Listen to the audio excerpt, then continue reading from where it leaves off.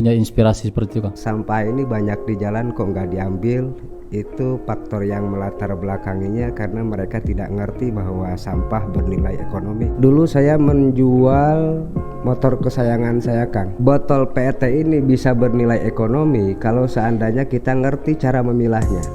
Jadi sebaiknya manusia itu yang bermanfaat untuk yang lainnya. Kiranya kalau saya mengeksis sampah kan bisa bermanfaat untuk yang lain, membereskan permasalahan sampah. Saya optimis bahwa ini akan sukses. Suatu saat nanti saya akan menjadi pengusaha yang sukses, yakin. Kalau sesuatu yang diyakini akan sukses, pasti saya akan berhasil.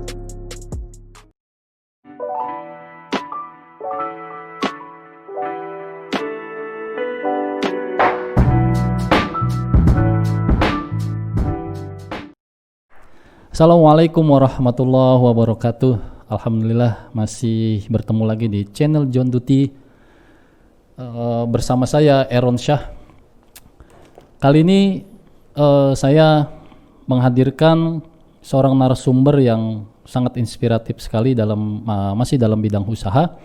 Kalau kemarin saya bertemu dengan seorang pembudidaya belatung yang keliling dunia, kemudian juga bisa mengurangi limbah sampah organik sehari 1 ton, dan sekarang ini narasumber yang datang ini juga sama, tapi dia berjibaku dengan sampah plastik.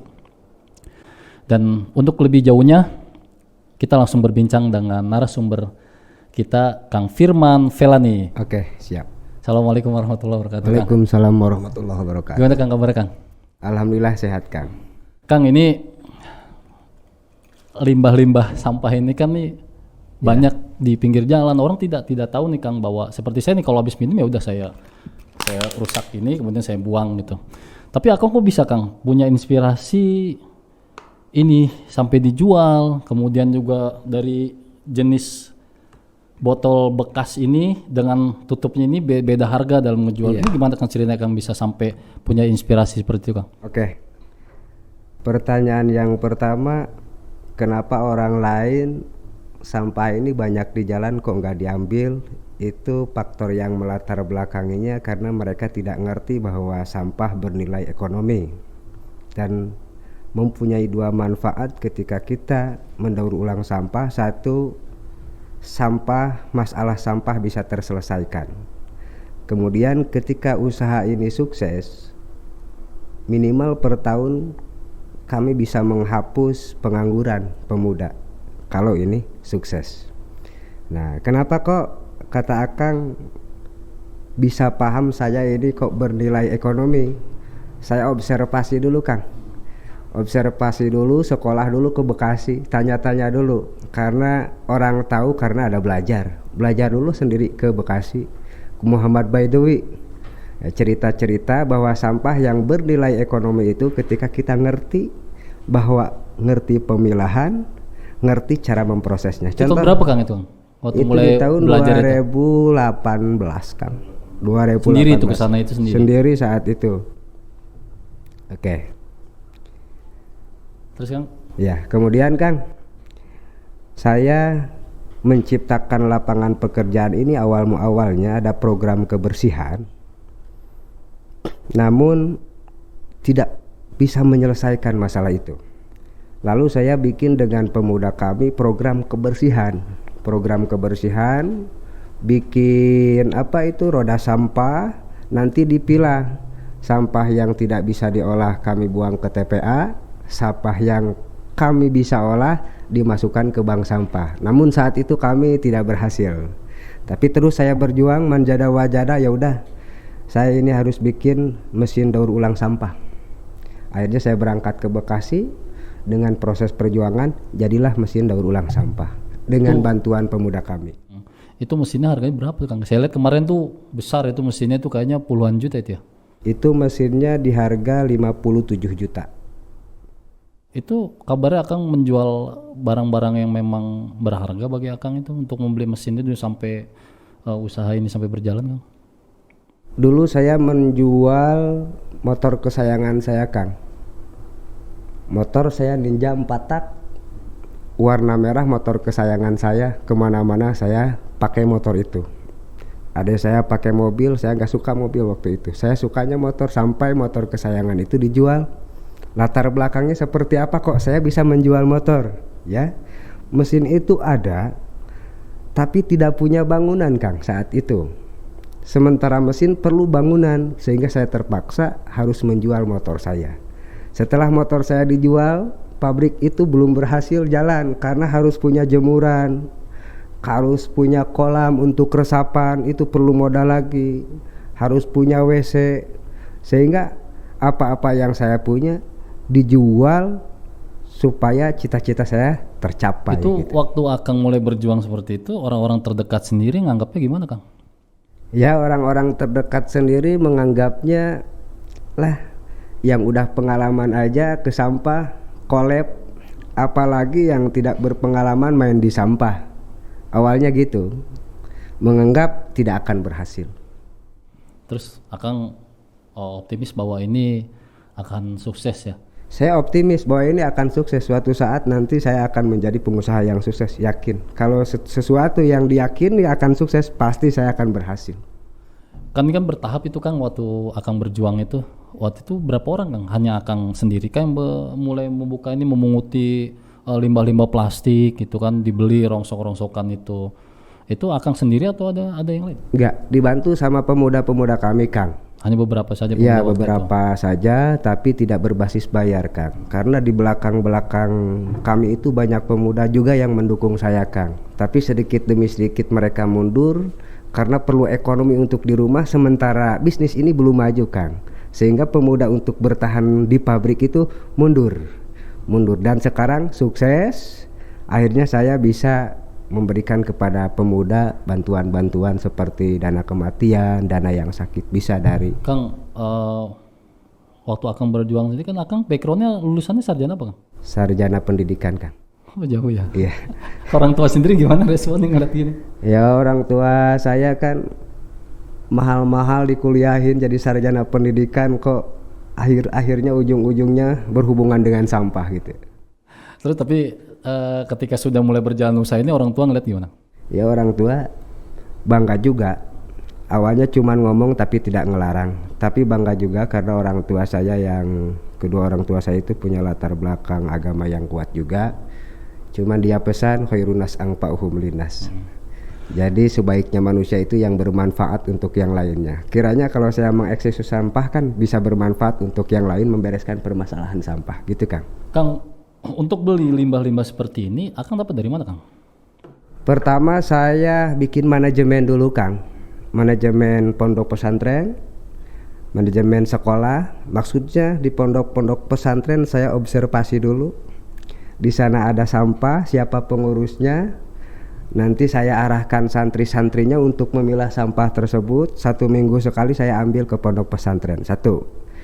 Kemudian ke pengurus-pengurus sekolah. Saya beritahu bahwa ini bisa bernilai ekonomi dengan cara dipilah dulu di sekolah. Nanti setelah terkumpul kami ambil. Jadi saya bisa mendapatkan sampah ini dari pondok pesantren, dari sekolah, dan dari masyarakat sekitar, kemudian dari pengepul-pengepul. Itu satu hari berapa ratus kilo atau berapa ton Kang yang terkumpul Kang? Itu hitungannya 1 hari kemarin belanja mendapat 6 kintal. Karena banyaknya barang tergantung banyaknya modal Kang. Saya kendala di modal. Walaupun barang ada 10 ton, kalau kita punya uang 10 juta, 10 ton tidak bisa kami ambil. Jadi banyaknya barang tergantung banyaknya modal. Tapi mudah ya Kang untuk mendapatkan limbah seperti ini, mudah banyak gitu? Banyak. Kang ini kan usaha Kang ini kan berjibaku sekali dengan tentang lingkungan ya. Iya. Kalau seandainya, saya berpikir gini tadi, kalau seandainya satu saja kecamatan itu bisa mengumpulkan paling tidak sampah-sampah seperti sampah plastik ya, kemudian diserahkan ke Akang, paling tidak sampah-sampah plastik ini tidak masuk ke TPA ya. Kalau Tidak dari masuk. Akang sendiri berapa ton Kang yang sampai saat ini tidak masuk ke TPA, yang bisa mengurangi sampah plastik dengan usaha ini Kang? Minimal 1 bulan dari jenis plastik ini nyampe 3 ton Kang. Apabila program ini dieksekusi oleh pemerintah mengadakan program kebersihan di tiap desa, berarti ada sampah plastik yang tidak masuk TPA tapi selamat digiling di pabrik saya. 3 atau 4 ton itu bukan satu desa kan didapatnya, hanya beberapa kampung gitu ya. Beberapa desa juga Beberapa kan. desa. Cuman kan yang ngambilnya bukan saya aja, ada pengusaha-pengusaha lain. Tapi pengepul gitu. Kang, tadi setelah Kang mulai mendapatkan limbah-limbah ini, prosesnya Kang bisa sampai seperti ini nih, bentuknya, kemudian warnanya, terus berbeda-beda yang saya lihat ya. Ini mengurainya gimana Kang? Apakah jenis-jenis botol plastik saja atau memang sampah-sampah yang plastik tapi beda-beda warna gitu? Jadi setiap plastik beda jenis Kang. Ada jenis PET dari botol Aqua, ada jenis PP dari Aqua Glass. Aqua Glass namanya PP, Aqua botol Air mineral, mineral gelas ya. namanya PET. Atau ada lagi bekas sampo, kemudian bekas sabun, yang putih-putih PK itu, yang ini contohnya Kang. Yang itu ya ini bekas sabun, bekas botol oli, itu namanya blowing. Kalau warnanya putih namanya blowing PK atau HDPK. Kalau yang ini Kang? Kalau yang ini dari emberan, PP ember namanya. Ini bekasnya bekas tutup botol atau bekas emberan, perabot dapur itu namanya PP emberan. Ini warnanya warna merah, kolaborasi merah, pink sama warna oranye bisa digabung namanya PP merah. Kalau ini Kang warnanya? Kalau yang ini Kang bekas minuman Monty, ale-ale digiring, dan ini bahan untuk dijadikan rapia. Kalau ini bahan untuk dijadikan biasanya sapu. Kalau ini bahan untuk apa Kang? Kalau yang ini dari PP Injek Kang. PP Injek biasanya dijadikan untuk toples kue yang bening-bening, itu bahannya dari ini Kang.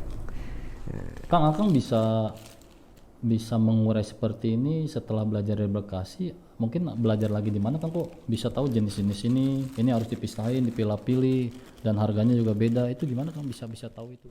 Dulu saya di training dulu Kang. Jadi setiap melakukan sebuah perkara, baik pekerjaan, tentunya kita harus mempunyai ilmunya dulu. Ya, untuk saya bisa menguasai hal tersebut, saya cari alamat yang namanya Muhammad Baidowi di Bekasi. Lewat Google akhirnya ketemulah sama beliau. Akhirnya saya diskusi sama beliau, saya belajar terkait masalah jenis-jenis plastik dan cara pengolahannya seperti apa. Setelah belajar, saya beli mesin dari beliau. Kang, ini Kang bisa dicontohkan secara teknis ya, teknis di sini singkat ya. Ketika Akang mendapat botol bekas seperti ini kan pasti harganya beda nih ya? Beda. Dari mulai warna yang ini, kemudian tutup botolnya. Nah, itu bisa dijelasin Kang. Oke. Jadi gini Kang, botol PET ini bisa bernilai ekonomi kalau seandainya kita ngerti cara memilahnya. Kalau masih dalam keadaan ada plastik, tutup botol lalu kita giling, itu tidak akan ada nilai ekonomi, tapi tetap aja jadi sampah. Bagaimana caranya sampah ini punya nilai ekonomi? Ya kita harus pilah dulu, plastiknya dicopot dulu sehingga jadilah gini Kang. Setelah plastiknya dicopot, ini ada dua jenis Kang. Ini yang putihnya jenis PET, biru muda namanya. Yang ini HD tutup namanya, blowing tutup. Yang ini PP. Nanti ini dipisah Kang. Kalau seandainya masih ada tutup digiling, tidak akan ada nilai ekonomi, malahan jadi sampah dijual ke pabrik tidak laku. Supaya jadi nilai ekonomi, ininya dibuka dulu, plastiknya dibuka dulu. Ini digiling dengan jenis yang ini digiling dengan jenis yang ini.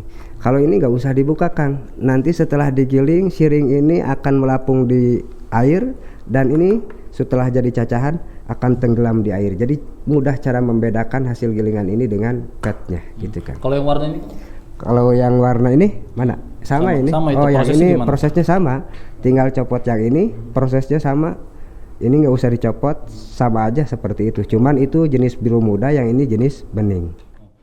Kang, kemudian ini kan harganya beda ya, antara yang berwarna ya harganya beda. Ini yang tidak berwarna, kemudian yang berwarna. Nah, ini juga warnanya warna biru, tapi dari air mineral juga sama botol air mineral. Yang lebih mahal yang mana Kang kalau dijual ke pabrik tuh Kang? Yang lebih mahal itu yang bening itu, yang bening itu jenis PET yang ini. Oh. Antara biru muda dengan yang bening lebih mahal yang bening. Selisihnya kurang lebih 1.000 Kang. Tapi kalau sama yang ini bisa mencapai 7.200 jenis HD. Bahan dasarnya botol botol oli, botol sampo atau botol sabun, itu jenis HD bahan dasarnya. Itu kalau Akang beli masih jadi bekas gini nih berapa Kang per kilonya Kang? Kalau masih ada plastik tutupnya itu saya beli di angka 2.500 Kang. Tapi kalau seandainya sudah dicopot plastiknya, sudah dicopot tutupnya, saya berani bayar 4.000 Kang. 4.000. Tapi kebanyakan yang mereka datang itu macam-macam. Berkolaborasi. Ada yang jual masih ada tutupnya, ada yang sudah dibuka plastiknya, bermacam-macam Kang. Akang berarti menjalankan usaha ini sudah lebih dari setahun nih Kang? Udah lebih dari 1 tahun. Artinya kan Akang sudah melihat peluang-peluang ini sangat selain memang menguntungkan bagi Akang sendiri, kemudian juga pemuda-pemuda juga kan bisa bekerja. Iya. Kang, kenapa sih Akang ketika sudah melihat sukses gini kan biasanya ada orang udahlah mendingan saya berjalan sendiri gitu kan, atau lebih baik saya bekerja sama keluarga sendirilah. Kenapa harus melibatkan pemuda setempat untuk bekerja ke pabrik Akang nih? Oke, karena tujuan saya itu memang jiwanya jiwa sosial Kang. Saya belum bisa dikatakan berhasil kalau seandainya pemuda yang dulu pas berangkat membuat pabrik itu belum berhasil juga. Saya ingin dari hasil pabrik itu bisa mendirikan unit-unit usaha yang diberikan kepada pemuda kami yang dulu mendukung kami sehingga terwujud pabrik daur ulang sampah itu. Jadi saya belum berhasil karena belum bisa memberikan pekerjaan-pekerjaan yang lain terhadap pemuda yang saat itu mendukung. Ada berapa Kang yang pemuda memang sudah bekerja gabung di Akang ini? Itu yang baru gabung masuk di pabrik ada sekarang 5 orang. 5 orang. Tapi kalau misal lagi limbah ini lagi banyak datang dikerahkan lagi. Dikerahkan anggota kami. Mereka bayarannya berapa Kang? Kalau bayarannya itu milah aja 400, gilingnya 300. Jadi kalau seandainya satu hari bisa giling 1 ton, 1 ton itu 1.000 kilo. Kalau gilingnya 300, 3 kali 1.000, 300 per hari. 300.000 per hari. Kalau milah 1 kilo 400. Kalau yang milah 1 hari mendapat 50 kilo, 5 kali 4, 400, 200.000 ya. Jadi masalah untung per hari tergantung mereka mahir dalam memilah. Kang, setelah proses memilah kemudian menghancurkan itu, kemudian Akang ngejual kemana Kang? Ada yang menjual ke Bekasi, ada yang dijual ke Cisaat, ada juga yang dijual ke Bandung. Berapa ton sekali ngejual ke pabrik-pabrik itu? Ya kalau 1 bulan misalkan ada dikirim 2 minggu, ada yang dikirim 1 bulan, minimal saya kirim 2,5 ton. Sekali ngirim itu? Iya, 1 kirim 2,5 ton. Sekilonya berapa Kang? Sekilonya diambil yang rata-rata aja ya, 7.000. Kalau kali 2,5 ton berarti 7.000 itu kan 7 juta ya, 2 ton 14 juta. Oh, 14 juta. Sekali ngirim tuh 14 juta Kang? 14 juta. Nah itu kalau mau modal tertutup nggak Kang? Apa? Kalau untuk modal gitu, untuk modal itu dari 14 juta itu? Maksudnya gimana? Nutup nggak? Bisa nutup nggak itu? Ya nutup. Karena sistem sekarang saya percayakan bikin manajemen, percayakan orang pabrik, tugasnya mengontrol pabrik dan menggaji karyawan. Nanti pembukuan 1 bulan sekali, yang belanja cukup menyetorkan ke saya itu resi pembelian, setorkan, nanti saya hitung per bulan, dipotong gaji yang nyortir, dipotong gaji yang giling, dipotong biaya operasional, nanti keuntungannya buat dibagi 2 sama pengurus pabrik. Kang, ini kan setelah dihancurkan ini, Akang juga ini bilang ke saya itu bahwa ini adalah salah satu bahan untuk benang jersey ya, kaos-kaos olahraga itu ya. Berarti negara-negara mana Kang yang sudah menerima dari limbah-limbah dari Akang? Setahu saya limbah PET itu ditampung di Bekasi, salah satunya ditampung oleh Muhammad Baidowi dan beliau menjadi eksportir bahan dasar dari PET ke negara Cina. Sampai sekarang? Sampai sekarang. Kang, ini selama Akang usaha kendala sampai saat ini apa Kang? Kendalanya?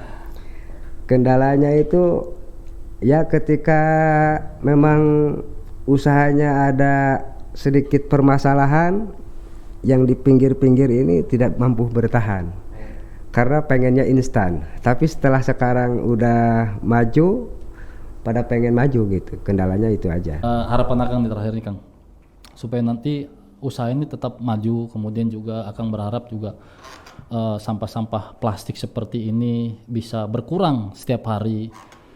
Artinya kan butuh dukungan dari pemerintah setempat maupun di desa, kecamatan sampai pemerintah Kabupaten Cianjur sendiri. Harapan Akang apa Kang?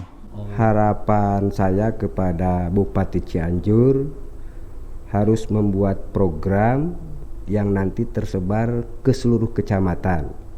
Baik programnya itu membuat bank sampah ataupun setiap desa membuat pabrik daur ulang sampah. Nanti kalau seandainya tiap desa ada program bank sampah yang sudah dididik, tentunya sampah-sampah plastik akan berkurang. Dan ketika sampah plastik didaur ulang tentunya akan bernilai ekonomi. Ketika bernilai ekonomi, tentunya masyarakat tidak akan membuang sampah plastik tapi akan dijual. Jadi harapan saya tolong bikinkan program oleh Bupati yang menginstruksikan kepada pemerintah desa, anggarkan pemuda lewat dana DD. Itu melalui program pemberdayaan. Oke Kang, ya. Terima kasih. Tadi sudah berbincang dengan Kang Firman Felani, seorang sarjana pendidikan, kemudian berjibaku dengan sampah sampai dapat julukan sarjana sampah. Tapi jangan menjemelekan beliau ya, karena selain beliau banjir rupiah, ini pemuda-pemuda di kampungnya juga sudah bekerja karena beliau. Kemudian juga bisa atas usaha-usaha beliau seperti ini, akhirnya sampah-sampah plastik itu bisa berkurang. Dalam 1 bulan itu bisa mencapai paling kecilnya itu 3-4 ton. Terima kasih. Tetap simak di channel John Duty, dan nanti kita akan bertemu lagi di segmen inspiratif dalam bidang usaha. Terima kasih. Assalamualaikum warahmatullahi wabarakatuh.